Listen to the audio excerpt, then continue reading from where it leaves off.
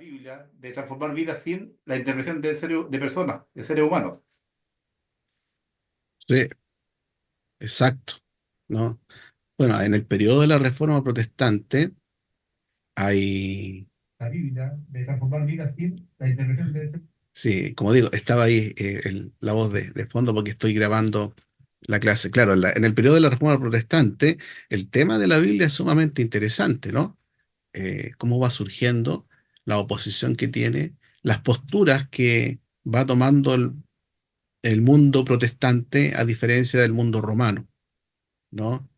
Eh, y cómo hay disputas, hasta hoy día hay disputas sobre ese tema de la autoridad de las Sagradas Escrituras, ¿no? Y lo que significa para uno.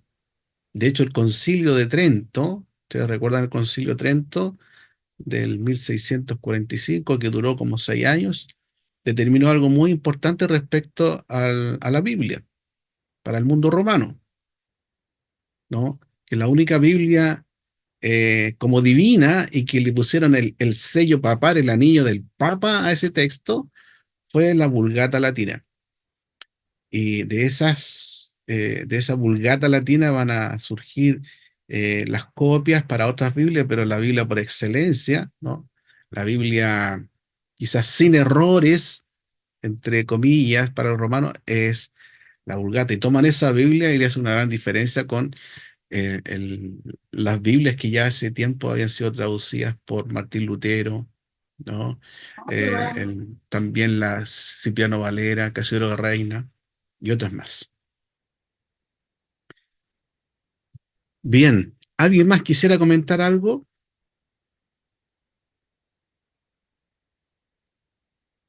Ya.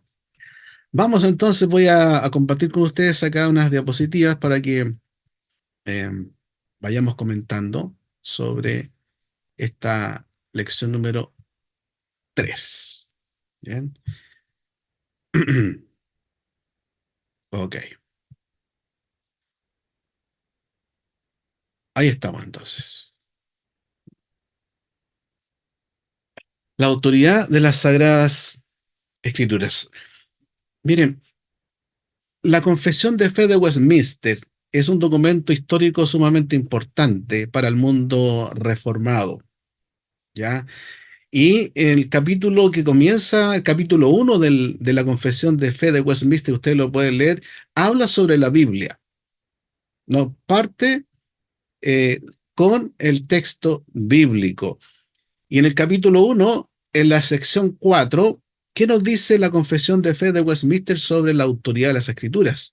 Nos dice que la autoridad de las Escrituras, por la que ellas deben ser creídas y obedecidas, no depende del testimonio de ningún hombre o iglesia, como en la iglesia romana, sino exclusivamente del testimonio de Dios, quien en sí mismo es la verdad, el autor de ellas, y deben ser creídas porque son la palabra de Dios, ¿no? Y ahí se dan estas citas: Segunda de Pedro 1:19, Segunda de Timoteo 3:16, Juan, ¿no? Primera Juan 5:9 y Primera de Tesalonicenses 2:13.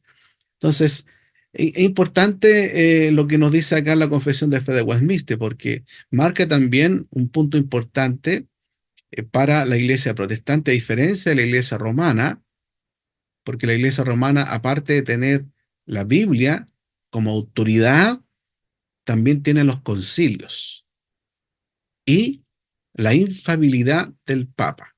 No es solamente la Biblia para ellos en los que revisten autoridad suprema, sino que también son los concilios y la infalibilidad papal que hasta hoy día se lleva a cabo. En tanto, para el mundo protestante como nosotros, o reformados, la única autoridad suprema en asuntos de fe, de conducta, es la Biblia, las Sagradas Escrituras. ¿Ya? Y Martín Lutero, ya que el hermano José nos citó también la Reforma Protestante, decía lo siguiente: en primer lugar, debes saber que la Sagrada Escritura es el tipo de libro que convierte la sabiduría de todos los demás libros en necedad, ya que ninguno de ellos enseña sobre la vida eterna, excepto este libro, que es la Biblia. Y Martín Lutero tuvo harto debate con los romanos respecto a la autoridad de las Sagradas Escrituras. Y él se mantuvo firme y no renunció a ninguna de sus posturas porque en su conciencia no estaba sino la palabra de Dios, la Biblia, ¿no? Por eso se habla de sola escritura. Cuando hablamos de la Reforma Protestante, ¿se acuerdan de las 5 solas? Una de esas es solo escritura. Y solo escritura, ¿por qué? Porque es infalible. Es infalible como medio que nos revela la salvación para nosotros, quién es Dios, quiénes somos nosotros y cómo debemos vivir, ¿no? Y las Sagradas Escrituras, como dice acá, es canónica, es decir, está inspirada por el Espíritu Santo como regla suficiente y única de fe y práctica.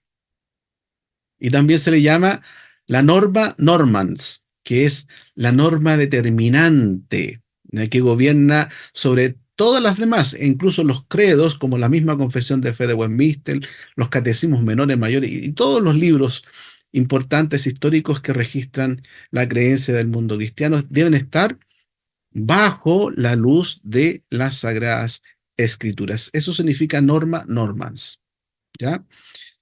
Y esta, al cambio, no está normada por ninguna de las confesiones u otras declaraciones de fe inventadas o surgidas por concilios o por el Papa o por reuniones de iglesias que puedan tener válidamente sus propias confesiones y declaraciones de fe. Pero todo debe estar supeditado a lo que el texto bíblico nos dice. ¿Ya? Por eso la Biblia tiene una autoridad en sí misma. La Biblia misma es autoridad. Aunque no haya un concilio que diga que es autoridad, por sí misma la Biblia es ya autoridad. ¿Por qué? Porque su autor es divino, su autor es Dios, la verdad absoluta.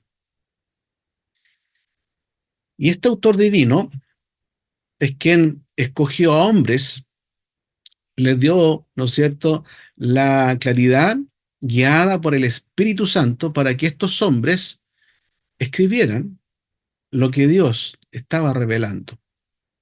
Segunda de Timoteo, Pablo nos dice que toda escritura es inspirada por Dios y útil para enseñar, para reprender, para corregir, para instruir en justicia, a fin de que el hombre de Dios sea perfecto, equipado para toda buena obra. Y también, segunda de Pedro 1:21 dice, pues ninguna profecía fue dada jamás por un acto de voluntad humana, sino que hombres inspirados por el Espíritu Santo hablaron de parte de Dios. ¿Qué piensas tú de esto? ¿Tienes problema en que la Biblia sea el único libro inspirado por Dios?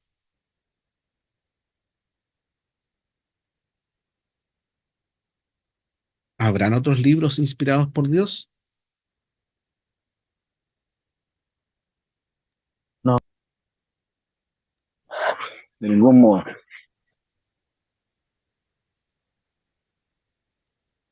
No, ¿cierto? Lo único. ¿Cómo podría argumentar lo que tú estás diciendo a un musulmán con el Corán?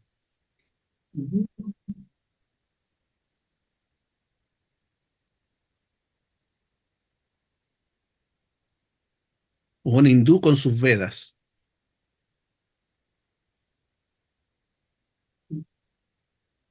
Porque para ellos esos libros son los sagrados, no la Biblia. Diciendo de cómo fue escrita, eh, cuántos tiempos duró en escribirse, eh, eh, cuántos continentes, todo, o sea, todas las características que tiene la Biblia, ¿no? Y que es inspirada por Dios. Mm. Sí, Pastor, la sí. Biblia es el único Fue libro que se escrita por autodeclara. 40. Perdón, están hablando, ¿está Aida hablando? ¿Sí? Perdón, perdón. Fue escrita por más de 40 autores y Dios usó a estos hombres, Ujú. lo usó en la manera de escribir, cómo eran ellos. Ok, Bueno, esto lo pasamos al principio, ¿cierto? como Sí, Dios permitió todo esto y nos dio esta revelación especial para nosotros. claro. Ese es un argumento Eso, interesante, ¿no?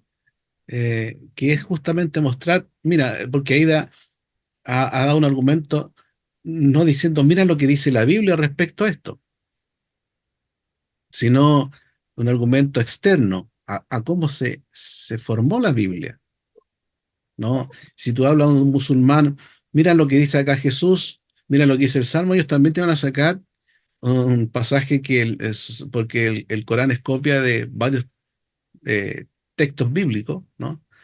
Entonces van a haber concordancias, otras no. Pero el tema exterior, ¿no? De cómo se formó, un buen tema. Hay otros más, pero eh, bien, y hermana, podría decir algo más de que cuando uno lee la Biblia nos afecta como ningún otro libro nos afectaría. O sea, que ujú, es como un libro vivo que nos... eh, Voy a tener que decirle que bien, sí, gracias. esto le decimos. Bien, hermano Jonathan,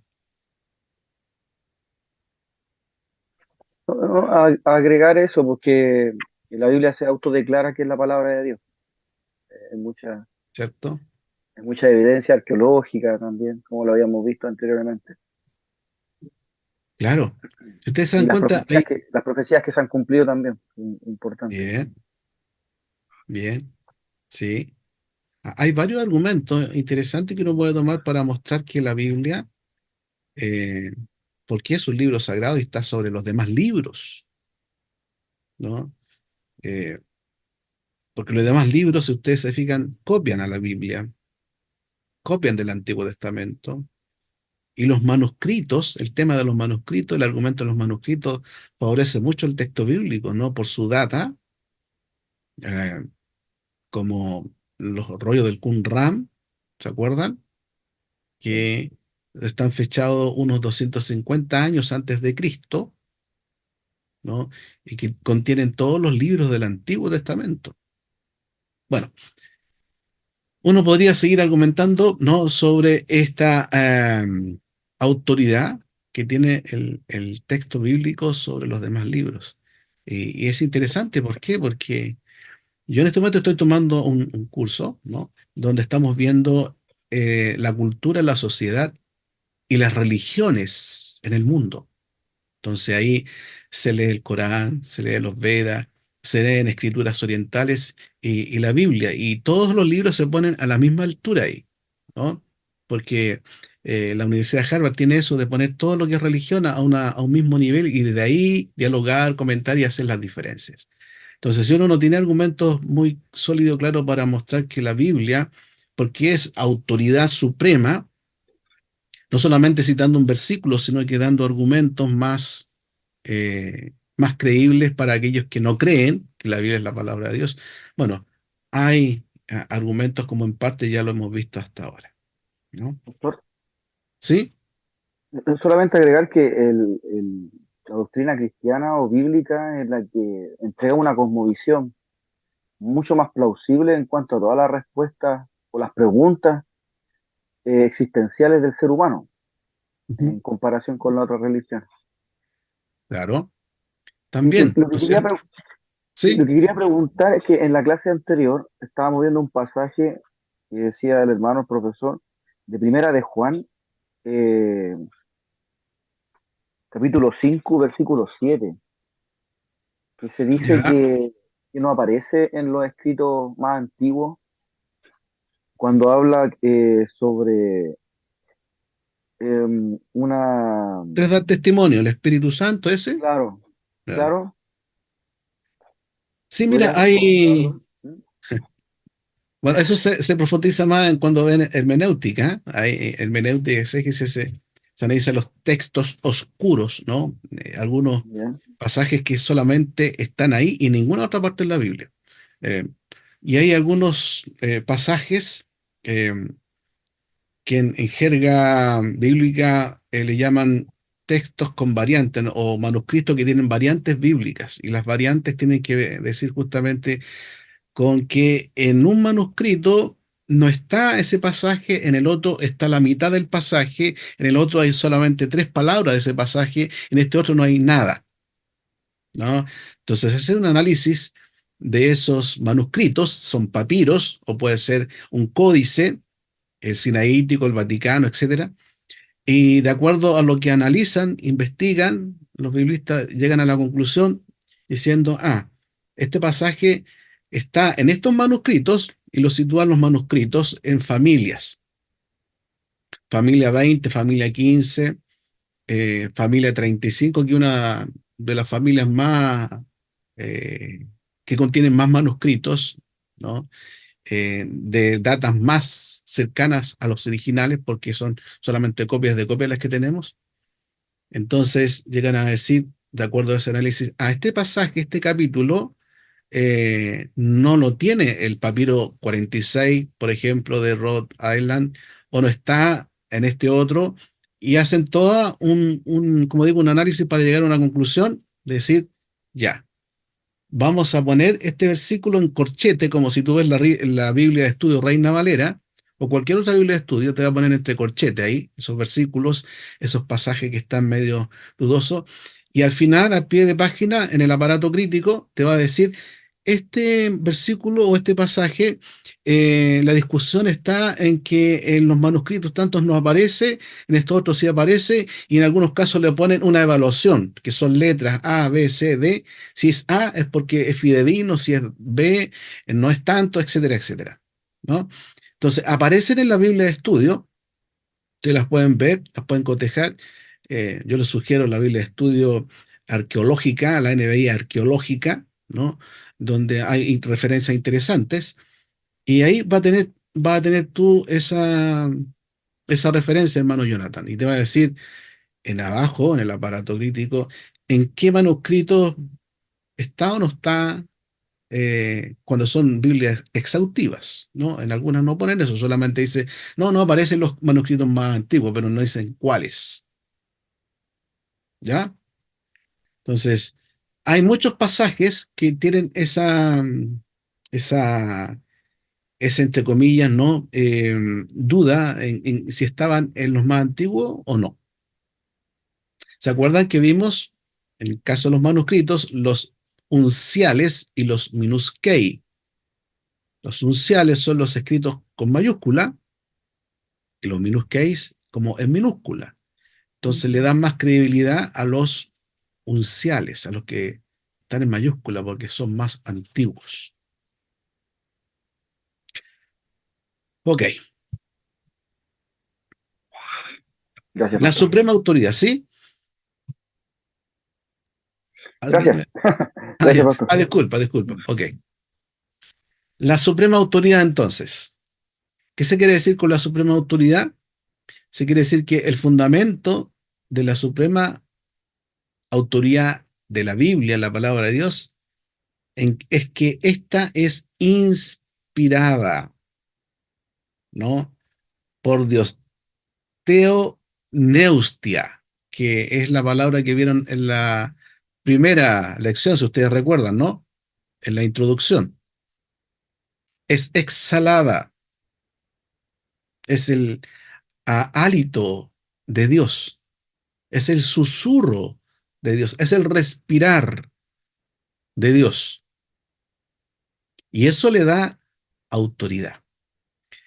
No es que la haya escrito Pedro, no es que la haya escrito Juan, no es que la haya escrito Moisés o David el rey para darle la autoridad al texto bíblico, sino es por el hecho de que Dios es el autor e inspiró con su espíritu a estos hombres para que escribieran su revelación, ¿no? Y eso le da autoridad. De ahí viene la suprema autoridad en el texto bíblico, la neustia. Teo, Dios. Neustia es respirar, exhalar, ¿ya? Por parte de Dios. Y es el testimonio directo de Dios. Son sus palabras, es su pensamiento, es su voluntad, es su palpitar, ¿no? Que transmite a través del texto sagrado. Y eso le da la suprema autoridad a las Sagradas Escrituras. Bien. Y esto nos va mostrando el carácter de Dios,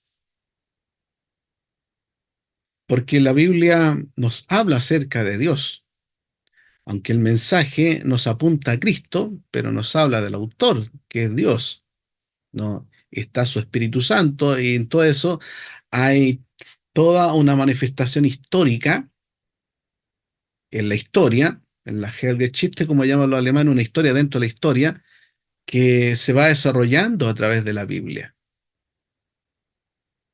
y que nos lleva a Cristo. Pero en todo esto está el carácter de Dios, ¿no?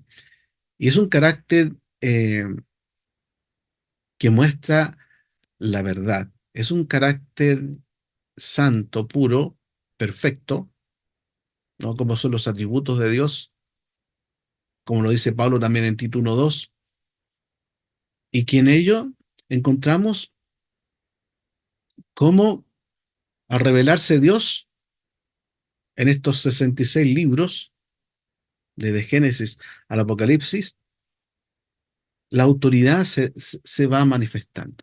Y como vamos a ver, Jesús y los apóstoles hablaban también de esta autoridad que tienen las Sagradas Escrituras. ¿Ya? El evangelio que uno predica, el evangelio que la iglesia proclama, es el evangelio de la verdad. Y eso es interesante tenerlo presente porque si tú no crees que el evangelio es la verdad,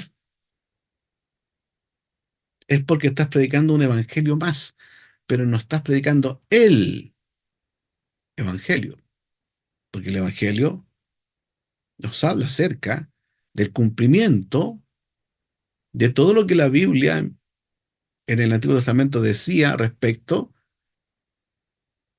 a solucionar el problema del hombre, la muerte, el pecado, a través de quién sería la redención para el hombre, que es Jesús, ¿no? Entonces, el evangelio es la verdad. Y yo les planteaba anteriormente, ¿y qué hay de las otras escrituras? ¿Qué hay de los otros libros sagrados importantes en el mundo, sobre todo en el Oriente Medio y el Oriente? En los brahmanes, el hindú, musulmanes, sintoístas, un montón de religiones que tienen su libro sagrado. Eh, y eso es sumamente interesante tenerlo presente. ¿Qué levantó la manito ahí? A ver. Pastor David. El hermano David, Eh, ¿cómo está, hermano David? Bien, aquí estamos. Gracias al Señor. Le quería consultar algo respecto al tema de cómo uno podría argumentar el tema de la inspiración de Dios en quienes escribieron la Biblia. ¿Cómo uno podría argumentar eso de la inspiración, que fueron inspirados, pero externamente? Así como el ejemplo que dio usted delante de argumentar que las Sagradas Escrituras tienen, hay todo un trasfondo más allá de hablar leer un versículo, a eso me refiero, pero cómo yo podría, en el término de la inspiración de Dios a los hombres para escribirla, Claro, ¿cómo podría yo argumentar eso? Eso, sí. Viene en la lección más adelante. Está en la lección que se llama justamente adelante, la perdón. inspiración bíblica.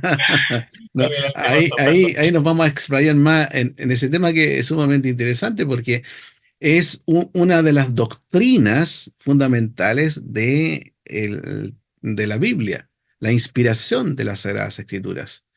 Y cuando hablamos de la inspiración de la Sagrada Escritura, uno tiene que preguntarse, eh, ¿quién es el sujeto que inspira?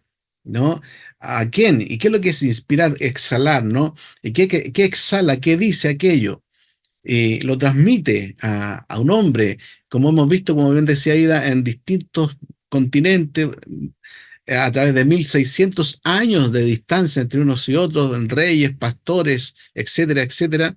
Dios fue escogiendo en el transcurso de la historia a hombres que fueron recibiendo en parte esa revelación hasta que ésta se completó plenamente, ¿no? Entonces, Dios fue allí el sujeto que elige en el tiempo y espacio que él había decretado para ir dando a conocer su revelación. Y uno se pregunta, ¿por qué no lo hizo todo al tiro? Bueno, Dios soberano lo quiso así, pues, ¿no? De tal manera que eso que transmitió, que exhaló, ¿no? Que, que entregó a los hombres fue la verdad, fue lo perfecto. Pero aquí hay un tema interesante que también se va a ver en aquella lección, es que la inspiración plenaria, que también se le llama, ¿no? De la Biblia, ocurre de forma plena y de forma eh, errónea, ¿no? Sin errores en su idioma original, es decir, en el hebreo y en griego. Porque nosotros tenemos la Biblia, traducciones bíblicas, ¿no? Es la palabra de Dios, es cierto. Pero esas traducciones al lenguaje español, si tú la cotejas con distintas versiones bíblicas, que hay un montón hoy día, vas a encontrar diferencias, ¿cierto? Uno te va a decir una palabra, otra te va a decir otra palabra. Otra te puede dar una intención, la otra te puede dar otra intención. En esta aparece el pasaje que dice que no aparece en los escritos más antiguos, en esta no aparece. Eh, ¿Cómo entender aquellas diferencias cuando decimos que la palabra de Dios es inspirada, no tiene errores? Bueno, eso sucede en el texto original, griego, hebreo, ¿ya? Entonces Pastor, la inspiración va hacia esos hombres que Dios escoge en ese lenguaje que ellos utilizaron en ese momento y que se transmite a través de toda la historia. ¿Sí, hermana Anita? en base a eso, me estaba dando vuelta en la cabeza un poquito. Eh, claro, Dios inspiró a los autores a los hombres, para que escribieran la palabra de Dios. Y a pasar los años, ya la Biblia se ha ido traduciendo, como usted decía, en distintos idiomas y distintas versiones. Ahora, bueno, disculpe la pregunta, pero ¿cómo uno, no sé cómo la palabra, garantiza que sea realmente bien traducida la palabra como el Señor quería que se escribiera? Fidedigna podría ser la No palabra. sé si me entiende. Sí, sí. Eh, Mira, no hay una Biblia que sea traducida al español, que sea perfecta, que no contenga diferencia y que sea la mejor de todas, ¿no? Eh, el consejo que uno da es que mientras más versiones bíblicas tengas, mucho mejor para cotejar. Pero junto con eso, si uno quiere salir de la duda, en el estudio bíblico más profundo, hay que pasearse un poquito con las lenguas originales, el hebreo, el griego. Y para eso hoy día hay varios programas bíblicos que tú puedes tener en el computador que te ayudan con eso, como por ejemplo los interlineales. Un interlineal es del Antiguo Nuevo Testamento, es un libro que está en la primera parte escrito en el idioma original hebreo y abajito viene la traducción literal de esa palabra y viene también con indicaciones para sugerirte que esta palabra también puede ser traducida de esta otra manera. Entonces eso es para el hebreo y para el griego. Entonces, claro, uno puede ir a esa fuente y consultar respecto a este pasaje, qué dice realmente este pasaje en griego. ¿Cuál es la palabra que aparece en griego sobre amor, por ejemplo? Y va a esa fuente. Porque en la Biblia solamente tú vas a ver la palabra amor, ¿cierto? Pero en griego hay 5 acepciones para el amor y cada una es distinta. Eros, ágape, storge, fileo, y cada una tiene una traducción y una intención, no, un lema le llaman a eso, que el autor utilizó para esa palabra que solamente nosotros en la Biblia hoy al leerla vemos solamente amor, ¿no? ¿Y qué entendemos nosotros por amor? Nuestra cosmovisión de amor en este mundo es lo que el mundo piensa que es amor o un poema de Pablo Neruda, etcétera, etcétera. Eso es amor. Pero cuando tú ves amor en la Biblia, hay que saber el contexto y qué palabra en griego está usando para ese amor. Por ejemplo, cuando tú lees, porque de tal manera amó Dios al mundo, Juan 3:16, ¿qué amor es ese? ¿Es ágape, es fileo, es storge, eros? ¿Qué amor? ¿No? Porque eso te da también una connotación más amplia de lo que quiere transmitir el texto respecto a lo que es el amor. Cuando Pablo habla en 1 Corintios 13, ¿no? Sobre el amor, ¿qué palabra en griego usa allí para amor? Cuando Juan dice, Dios es amor, ¿qué término usa ahí en griego para amor? Porque nosotros solamente leemos en español amor, ¿no es cierto? Pero tras de esa palabra, en el griego hay hartas diferencias. Igual para la palabra mundo. Tú ves en la Biblia, porque de tal manera amó Dios al mundo. Para mundo en la Biblia hay como 3 términos distintos. Entonces, hay que ver a qué palabras se está refiriendo. Y para eso tienes que ir al texto original, el griego o el hebreo. Y eso pide un poquito más de estudio. Gracias. ¿No? Pero Perdón, yo la sugerencia que le doy, entre más versiones bíblicas tengan, mejor. Y si tienen interlineales, mejor. ¿No? Y hagan uso de todos los instrumentos que hoy están en software pastor, para el estudio bíblico. pastor, ¿eso interlineal es lo que se conoce como los strong de cada palabra? No, el Strong es un léxico. El léxico es como un diccionario que te está diciendo qué significa la palabra Bereshit, por ejemplo, ¿no? Correcto. En hebreo, y en qué versículos tú puedes encontrar esa palabra en hebreo. Y para el griego igual, esos son los léxicos.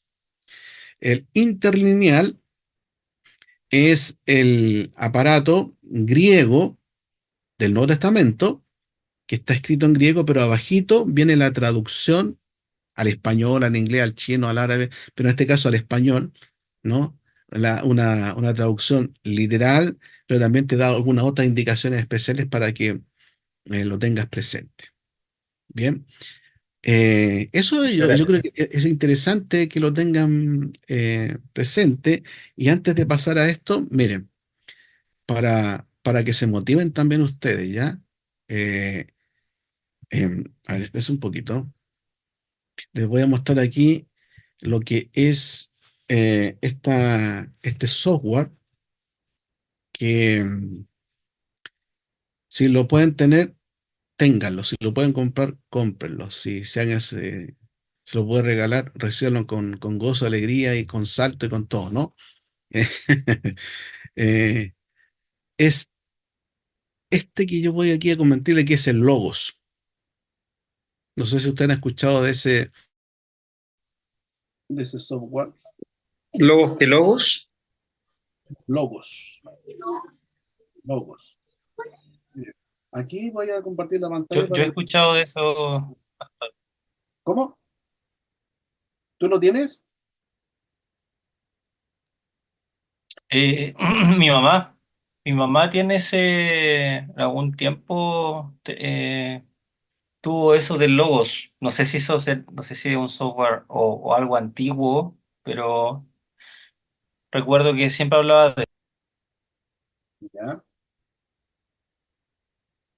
Sí, este es un programa que ustedes lo pueden adquirir y que ayuda bastante. Por ejemplo, la, la Reina Valera viene acá, la versión 60, y viene con interlineal, ¿ya? Y ayuda bastante al, al, al trabajo que uno quiera desarrollar en la Biblia. Por ejemplo, aquí tenemos la Reina Valera. Vamos a marcarlo aquí ya.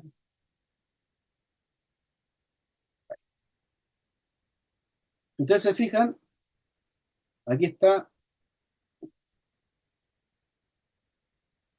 vamos a hacerlo aquí, el texto, ahí lo ven en español arribita,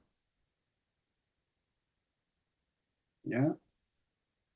Bienaventurados los mansos, porque ellos recibirán la tierra por heredad. Así la tenemos en la Biblia. Y aquí abajito viene la palabra griega para bienaventurados, como ven ustedes, ahí, Macairo, ¿ya? Después viene, este número es el número Strong, donde uno va y ve la traducción que hace del léxico de esa palabra. Y, y también acá hay un registro interesante donde tú puedes estudiar el texto y analizarlo a través de otros léxicos, ¿no? Por ejemplo, acá aparece Macairo, que significa feliz, dichoso, afortunado, bienaventurado. El otro pasaje, cómo se relaciona con el hebreo. Bueno, todo eso viene en este programa. Hay muchos libros más, pero lo que yo quería mostrarles es que aquí viene la Biblia, la Reina Valera, ¿no? Viene, y el interlineal es como esto, donde aparece, en este caso, el interlineal en griego y abajo en la traducción. Acá aparece primero en español y después aparece el texto griego. O si es el Antiguo Testamento, bueno, también Génesis 1 es lo mismo, ¿no? Del principio, que tenemos en español, ¿no? Y abajito en hebreo. Berechí, qué sé yo, cómo está escrito, y aquí también donde aparece en Strong su traducción, ¿ya? Y muchos libros más, y hay instrumentos que te ayudan a entender, como comentarios bíblicos, diccionarios bíblicos, léxicos, a manejar mucho mejor el trabajo que uno debe hacer de la Biblia cuando quiere profundizar en algún tema. ¿Ya? Si quería mostrarles eso, por aquí lo tengan presente. Pastor, ¿Sí? pastor, me acuerdo que ese, no me acordaba, que no lo alcancé a instalar. Adquirí este software en ITR. ¿Ya? ¿Y? Ahora lo acabo de encontrar, o sea, lo acabo de encontrar. Tengo Ya, que, no lo había instalado. En ITR, en el instituto ITR, lo ya. tengo acá. Sí, muy bueno. Úsalo, Sí. ¿no? Ahí hay de todo. Tienes libros devocional, tienes libros de vida cristiana, tienes diccionario, tienes teología sistemática, tienes comentarios bíblicos, libros de historia, tienes varias versiones bíblicas, ¿no? Y puedes trabajar el texto original en griego o en hebreo. Yo hice un curso para otro seminario que es LAM, de griego, y trabajamos con ese programa Logos, ¿no? Pero eso quizás más adelante en otro seminario, cuando tengamos eso, vamos a trabajar también con esta herramienta. Ya, volviendo acá entonces. Habíamos quedado acá, ¿no es cierto?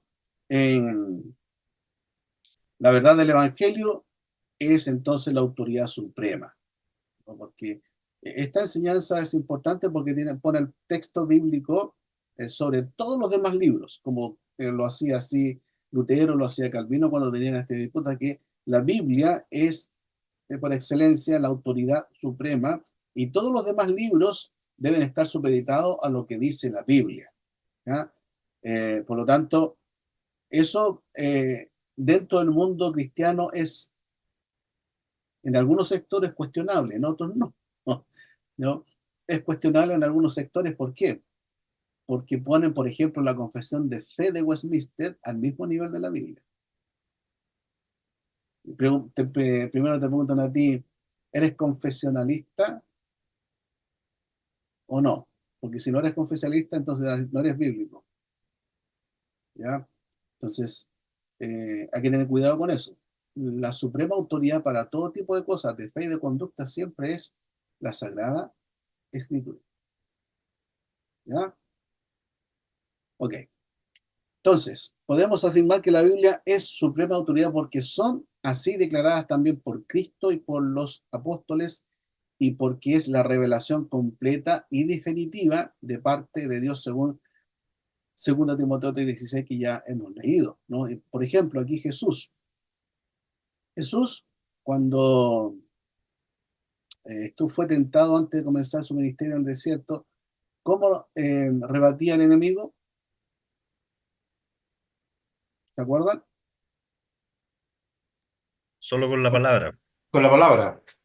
La palabra. Lo Él que él decía, habla son pasajes de Deuteronomio. Escrito está. exacto, escrito está. Es lo que allí claramente Jesús, como vemos ahí, ¿no? Decía, escrito está ¿dónde? En la Biblia, la Sagrada Escritura. En ese periodo, cuando Jesús enseñaba, y los apóstoles, circulaba, no muy extensamente, pero sí estaba la Septuaginta, la versión de los 70. ¿Se acuerdan de esa versión, no? Sí. Entonces, posiblemente hacen mención a ese texto o algunos manuscritos o papiros que en ese momento circulaban también. ¿Ya? Pero Jesús decía, escrito está. Porque ponía a las sagradas escrituras como autoridad definitiva, la autoridad final sobre todas las cosas. Y eso le da punto final a todo debate. Escrito está. Mateo 22-29, también Jesús le contesta a los saduceos, están equivocados por no comprender las escrituras ni el poder de Dios, ¿no? Porque los fariseos también interpretaban y los saduceos interpretaban el texto de ese entonces de una manera muy particular y Jesús tenía una pelea constante respecto a la interpretación que hacían del texto bíblico de ese entonces. ¿Ya? Están equivocados, le decían, ¿no? Por no comprender las escrituras. Y también en Mateo 26, todo esto ha sucedido ¿para qué? Para que se cumplan las escrituras, decía Jesús, porque Jesús le da ese toque de autoridad a las escrituras, porque las escrituras lo conducían a él, y todo lo que él decía o hacía era conforme al cumplimiento de las sagradas escrituras. O sea, Jesús no se fue por la suya, no, sino que se sometió a la voluntad de Dios de acuerdo a las escrituras. Y eso lo registran tanto los libros del Antiguo Testamento como también los del Nuevo Testamento. ¿Ya? Y también podemos ver que Jesús, por ejemplo, Lucas 22:37 decía, porque os digo que es necesario que se cumpla todavía en mí, en él, aquello que está escrito, dándole autoridad entonces a lo que el Antiguo Testamento venía diciendo sobre la venida del Salvador, el Mesías. Y también decía, a la verdad, el Hijo del Hombre va según está escrito de él. Entonces, es sumamente importante ver cómo Jesús le da la autoridad a las Escrituras, porque las Escrituras hablan de él, ¿no? Jesús es la palabra encarnada. Nosotros tenemos la palabra escrita, que es justamente la Sagrada Escritura. ¿Ya? Y son la revelación completa y definitiva de parte de Dios. Y eso es sumamente importante porque nos da lugar a otra autoridad en competencia. La Biblia es la única, ¿no? Y porque es autoridad, es suprema autoridad. Por eso yo les preguntaba, ¿y qué pasa con los libros de hindúes, ¿no? Los musulmanes, y todas estas culturas orientales? ¿Cómo podemos acercarnos a ellos o a ellos a nosotros y discutir del texto sagrado, ¿no? ¿Estarán todas a la misma altura de la Biblia? Según la misma Biblia, no, porque es única, ¿no? Es exclusiva. Y eso uno tiene que eh, asimilarlo muy bien. No, no tiene que dudar de esto, no, no tiene que relativizar que la Biblia es la autoridad suprema, eh, con el hecho de que puede haber otro libro que también sea autoridad, y que esté al mismo nivel de la Biblia. No, la única autoridad suprema en asuntos de fe y conducta y definitiva de parte de Dios no es el Corán, no son los Vedas, no son los Brahmas, sino que es el texto bíblico que nosotros conocemos como la Biblia, las Sagradas Escrituras. ¿Algo que decir sobre eso? Amén. Así es, ¿no? Así tiene que ser. Bueno, eh, los apóstoles también, sobre lo mismo, dándole la autoridad. Pablo enfatiza que la palabra de Dios es fundamento definitivo sobre el cual la iglesia es edificada. Efesios, ¿no? Habla acerca de eso, edificado sobre el fundamento de los apóstoles y profetas. ¿Cuál es ese fundamento? Las Sagradas Escrituras, la Biblia. Y esto, querido hermano, hay que tenerlo también presente para entender que si la Biblia es la suprema autoridad en todo campo, y que es la autoridad definitiva, la revelación definitiva de Dios, es porque no hay más revelación de Dios, ¿no? ¿Y qué quiere decir eso? Que eh, hay que prestar atención a aquellas personas que dicen que Dios me reveló, ¿no? Algo que no está en la Biblia, que Dios me habló eh, a mi vida. Quizás el lenguaje no es el apropiado.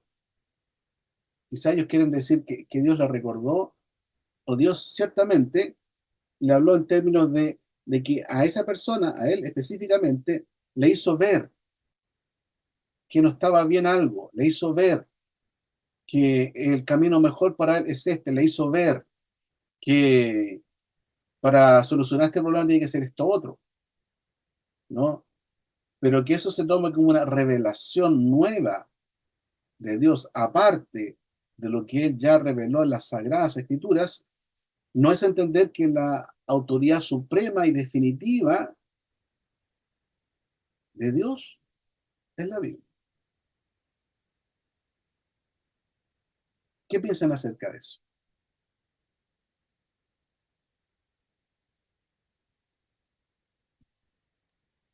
Amén, pastor, o cualquier cosa que se añada, o cualquier cosa que se intente ir algo distinto o agregar, sería una herejía y es grave, suplantando las verdades bíblicas que ya están eh, eh, entregadas por Dios. Ciertamente. ¿Sería una redundancia repetir algo o sería añadir algo eh, extra bíblico? ¿Y están de acuerdo con eso? De hecho, hay un pasaje hoy día por cosas del Señor, estaba analizando el Timoteo en el capítulo 1 y menciona cuando Pablo termina diciendo que a Himeneo y Alejandro lo había entregado a Satanás para que aprendan a no blasfemar. Y el origen de eso era que estaban cambiando la verdad, estaban cambiando la palabra dentro de la iglesia. Entonces, Claro. esa es la importancia. O sea, tenemos que mantener la pureza sí o sí Cuando yo pienso, a raíz de la pregunta que hacía la hermana, ¿cómo podemos estar seguros? En realidad, la certeza para mí, eh, un argumento más, es que es imposible pensar en un Dios a medias, pensar en un Dios que hace las cosas de forma dudosa. Ha sido capaz de crear el universo completo, de crear a nosotros a nivel atómico, y no va a ser capaz de revelarse como Él quiere. Eh, me cuesta creer que haya una manera de hacer que Dios se equivoque. Por lo tanto, si Él se ha revelado con tanto amor y con tanta pasión durante tanto tiempo, con los argumentos que hemos visto en clases anteriores, me parece que nosotros también debemos velar porque esa revelación se mantenga así como está y no inventar teologías ni doctrinas nuevas. Bien, exacto. Y no escuchar, y no escuchar, añadiría yo. Yo creo que no escuchar porque yo creo, bueno, quiero opinar esto. La verdad es que yo creo que sucede mucho hoy en día que lo que decía usted, Dios me reveló, Dios me habló con una soltura, no solamente en la televisión, también en la radio. Y yo creo que hay un peligro acerca de ello, como advierte Pablo a Timoteo, porque yo creo que Dios nos hizo a su imagen y semejanza. Y lo que está sucediendo con telepredicadores o predicadores que muchas veces se autodenominan grandes predicadores, es que ellos hacen a Dios a su imagen y semejanza. Claro, Y Pastor, yo creo que es un peligro muy heavy. sí, sí. pastor, Bueno, José, mire, yo no tengo duda de que Dios se ha encargado a través del tiempo o de los tiempos de preservar su verdad. Lo que tenemos, la Biblia, es la palabra de Dios y es verdad. Pero creo que el problema está en la interpretación que le damos. ¿Cómo interpretamos esa verdad?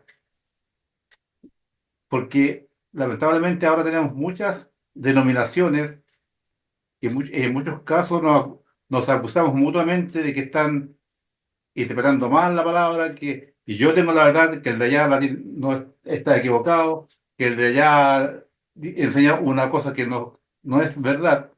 Entonces, ahí cómo podemos decir, ¿quién tiene la verdad al final? exacto, claro. El tema de la interpretación es clave también en todo esto, ¿no? Claro, Eso marca diferencias. A eso me refería cuando le preguntaba adelante, pastor, porque, por ejemplo, supongamos que yo fuera una traductora, ¿ya? Y me interesa ir traduciendo parte de la Biblia, pero si yo no fuera cristiana y la voy traduciendo, entonces, no sé cómo explicarme. Bueno, A sus yo propios sé mucho intereses. menos que ustedes, yo pregunto para ir sabiendo. Entonces, ¿quién? Yo sé que tenemos como autoridad a Dios, pero ¿quién verifica que realmente la traducción que yo estoy haciendo sea la correcta? Claro, es cierto lo que tú dices, hermana Anita. Mira, en el mundo bíblico, en lo que son las lenguas griegas, hebreas, la arqueología, ¿no? Las traducciones que hacen de los textos, los manuscritos más antiguos, hay cristianos, hay ateos, hay de todo, ¿ya? De hecho, una de las traducciones del texto griego, el llamado texto griego de Nestlé Aland, eso se va a ver más adelante, eh, lo tradujeron personas de una vida moral no muy recomendada. No, eran hombres, ¿no? Que eran eruditos en lenguas, pero no eran cristianos, no eran convertidos. Entonces, hacían un trabajo de erudito interesante en cuanto a las lenguas muertas que se le llama a al griego y hebreo bíblico. Eh, Interesante, pero las conclusiones a las cuales llegan dictaban mucho de lo que es la fe cristiana para interpretar el texto bíblico.